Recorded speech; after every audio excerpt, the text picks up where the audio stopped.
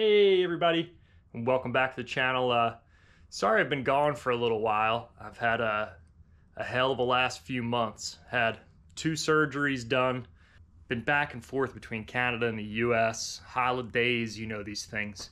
But we're back here, and although my physical therapist would probably tell me not to do what we're about to do, we gotta do it.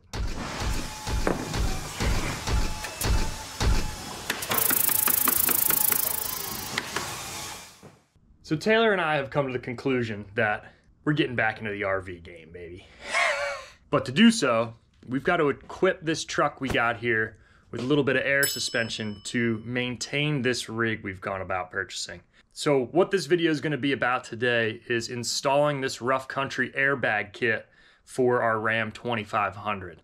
Now this thing boasts up to 5,000 pounds of support capacity, and that's more than enough for what we need. We're not going to be nearly putting 5,000 pounds of payload in this thing, or 5,000 pounds of weight, including the rear end of the truck. But it's going to more than suffice for what we need, and I think it's going to work wonders on maintaining this thing down the highway without getting wobbly and dumping this thing into a ditch. So, without further ado, let's take a look at the system and get on with this build.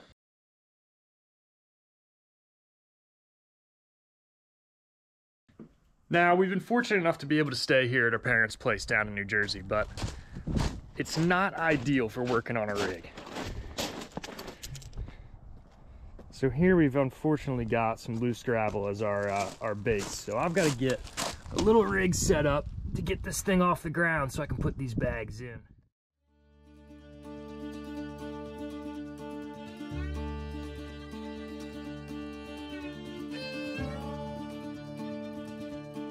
Now that we got these babies off, we can kind of start this process here. You need to take the wheels off because you need to be able to access the bump stops under here, because this is where your bag is going to set, right in between this gap. Basically what's going to happen is it's going to replace this bump stop. It has an internal bump stop in the bag, so you're not going to drop out on it. We're going to hook the set up here, run all of our lines up, put the compressor and everything in. So let's go see what these instructions tell us to do. Now for tools. What do we need here?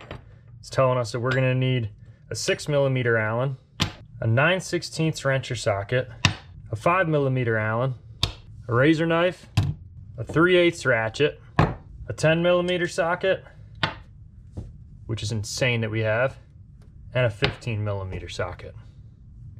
Let's get to it. Now, I don't know if Rough Country's just trying to make me look like an asshole or what, but the very first step on here, it tells you to use a 17mm wrench to take out the bump stop on there. Never did it say you required a 17mm wrench. Very funny. Anywho, let's get these puppies off.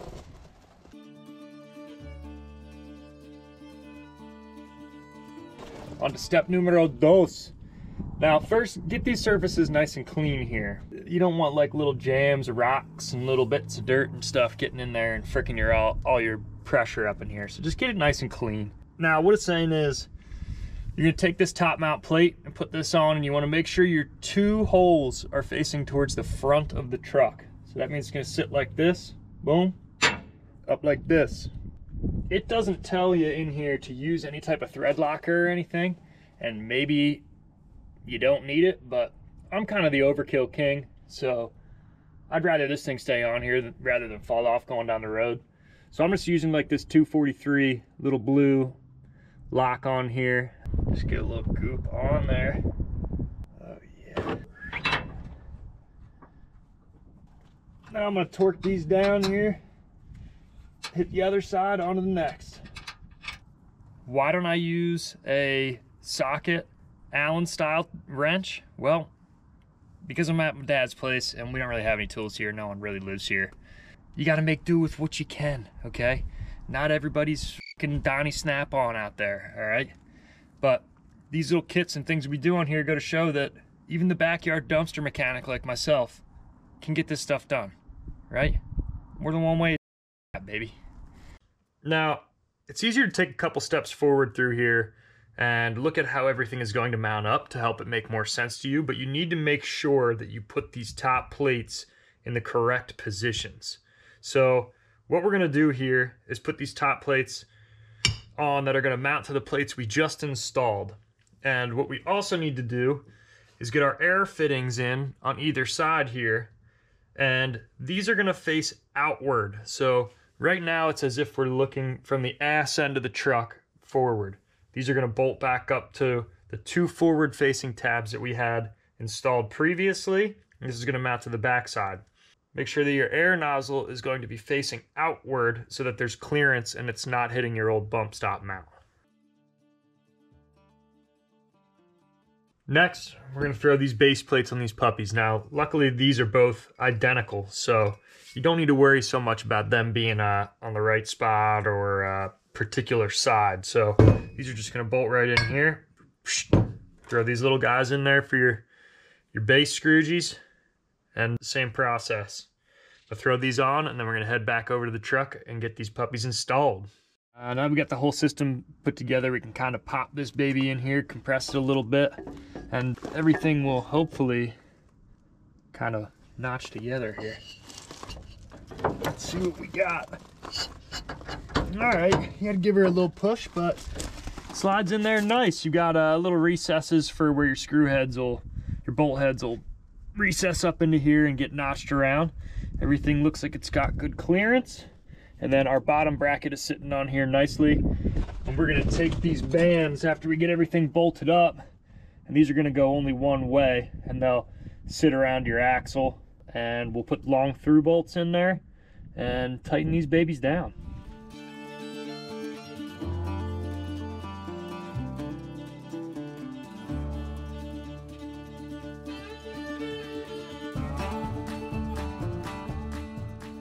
Now luckily, the nuts for these bolts actually have locking tabs on them, so you don't really need to throw any thread sealer on this. All right, now that we got those babies buttoned up and all on there, the last thing I want you to do for just the bag system setup, if you don't have the onboard compressor, is throw these little Schrader valves here in where your license plate, the bolt holes in the top go. So since I'm putting the compressor in here, I don't see the necessity to put 2 of them in, one independently of each bag. So I'm gonna put one of these in and have this basically as a safety in case the compressor doesn't operate. And then that way I've got one less fitting to potentially leak or corrode or whatever it may be. So I'm gonna throw this in and then onto the compressor section. Now onto all of the air compressor hoses, dash mount, all this stuff. Now what I want you to do first is put the compressor in a nice dry, moisture-free environment, which, like, it's underneath the belly of a truck. Like, this is gonna be tough to find, but we'll get to that in a minute. What I'm gonna do first, because this thing comes with these nice preset looms and everything here, I think I'm gonna start by installing my gauge and switch inside of the truck where I want that to be, or at least lay it out first. And then we can see kind of how much wire we got in which direction, where everything needs to be run. I got to get power from the battery. So let's kind of map this out first underneath of there and determine where everything can even be placed without having to splice any wiring or anything like that if we can avoid it. So I'm going to get underneath the truck, bring this shit in there with me, and we'll see what it looks like. All right. So I haven't determined exactly where I'm going to put the gauge and switch yet because there's not an abundance of great spots for it. I want it to be accessible and something that can be read while driving, make sure that pressure's holding and all that kind of stuff. So I'm considering maybe putting it down here underneath the dash, possibly up under here, or like maybe down over here. Thinking maybe drill a new hole in here, just put a center screw in it and leave it down here. But either way, I got to get wiring and hoses through the firewall. So what I've chosen for a spot in here is that baby right up in here. I'm just going to poke a hole through there and run my wire through that rubber grommet. That should seal around it well and run both power that's coming into the switch, air line coming through that's also going to go to the switch for the bleed valve, and then we are also going to need one more that's going up to the battery or some kind of positive switch. I think I'm gonna run it to the battery, and that's gonna be my location. So let's get that run, and then we're gonna move on to the next. Okay, so right now I'm trying to find a place to wire up this compressor, and I'm running the positive line down from where we just ran it into the cab. And I think I found a good spot, but I forgot that we completely undercoated this whole truck, and now I am just caking myself in basically animal shit and wool. Beautiful, looks great, nice and clean under here, but what a pain in the ass. I found the spot after some hunting. I'm gonna have to clean it off and drill some holes, but I think this is where we want to do it. So I'm on the driver's side, right behind the step rail here. Up under the wheel well, you've got, here's my wheel well, there's my liner. Right up under here, this little cross brace, right in there, perfect spot. I'm gonna have to throw a cap up in there on the bed rail, but nice and dry, keep the wiring up out of here. You're in between the cab there and the bed, and it should be nice and tucked away. So I think I'm gonna run it up there, drill some holes, get the wiring and everything snaked up to this. And here it comes down. I got it tied into all the other stuff. There's that fuel tank. I'm gonna run it back over. Frame rail.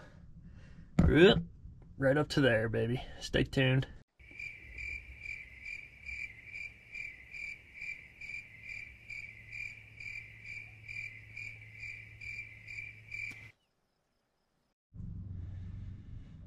All right, so that was an absolute nightmare. But this baby is in there now. She ain't coming the hell out. This is what we want. Also good to keep her up on your chocks and keep the wheels off while you're doing this, because if you're putting it in this spot, because you're in the wheel well pretty good. But there she is. So good thing is there's actually a ground right over here. So I'm gonna hook this ground wire up to this ground we got right in here. I'm gonna hook up my positive. I'm gonna heat shrink that, run all that all the way back up there, tape it up, and then I'm gonna get my airline run and hooked up in here, run all that up front, and then we'll meet you in the front up there. Finish this thing up.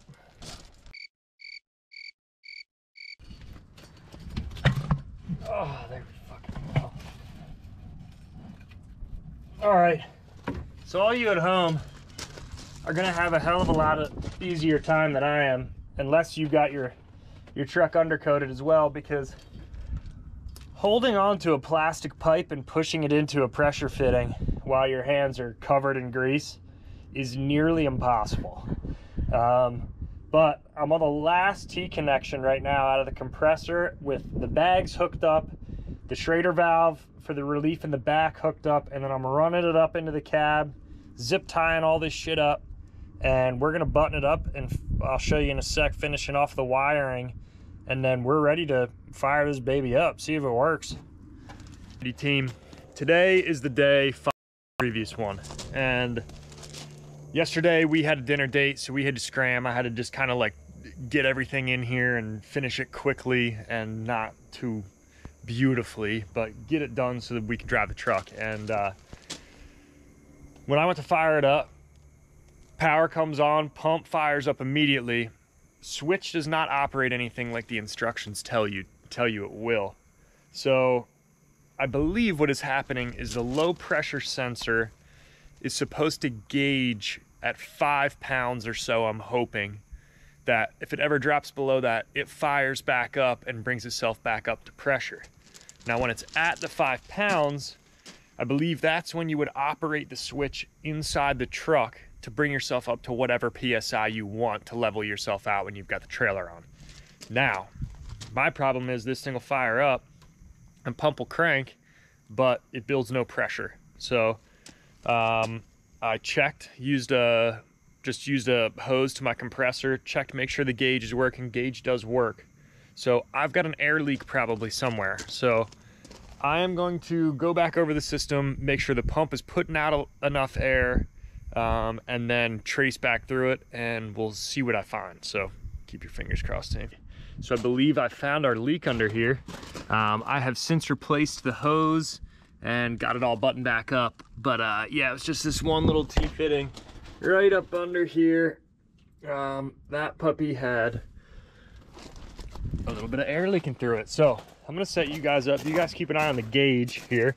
I am going to plug the low pressure solenoid back in, and let's see what happens.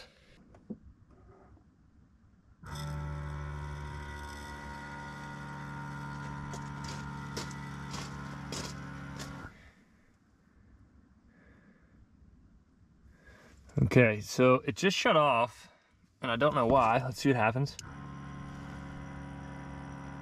Did we get some pressure? Oh! Oh!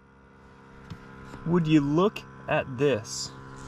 Take a look at this. We have pressure building, if you can see that. Okay, so our switch does function. Everything seems to operate here. That's pretty sweet. Now I'm gonna take this switch, and the guy before us had installed some kind of something here, and now there's just this hole drilled in our dash. So I'm gonna put that switch up here and then figure out a place to mount this gauge. Decision has been made. So since over by our light panel, the previous owner has already drilled this hole out for where that switch was to something that doesn't exist anymore. It turns out that this gauge fits almost perfect right in that exact location. So I am going to cut this puppy out, and hopefully we can get a nice clean perfection cut and fit this baby right through in here. Then we've got access for our air line to run through, and then underneath on the knee panel there, the dash, I'm gonna put our purge and our power switch. So cross your fingers I don't demo this whole thing right here.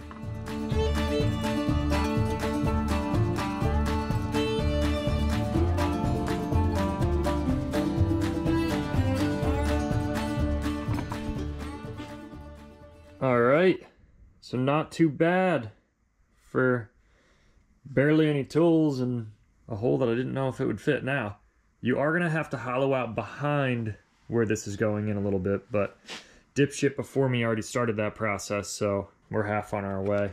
But yeah, all in all, pretty good fit there. So now it's time to get the switch installed.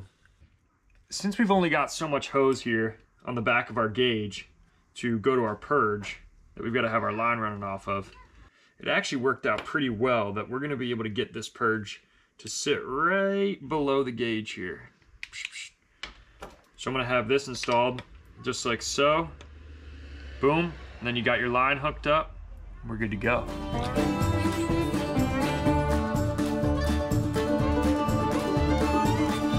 Well, all right, squad. We got this thing all buttoned up, sorted out, and dash is ready to roll, and this thing is working. So here we go, here's our setup we got here. So if you've got a Ram, a newer style Ram, 5th gen, this is a pretty good little way to do this. Here's your switch, you can pump it up. And I do like how Rough Country decided to go with a switch that you need to keep depressed for it to operate. So when you pull this off, oh, she got a little stuck, but when you let that go, it'll hold. And I kind of like that, so if you don't bump this with your knee or anything and it's getting stuck on there. Then here we've got our release valve. We can let out a little PSI there. And this seems to maintain it around maybe half a pound of pressure or so in there. You can probably adjust that on your low pressure shutoff that I've got tucked underneath the hood. So yeah, all in all, pretty happy with it. There's some weird little quirks and things that aren't 100% right in your manual there. But all in all, for 630 bucks, you did it, Rough Country. Thanks for tuning in, everybody. If you like what you saw here, don't forget to hit that like button, subscribe.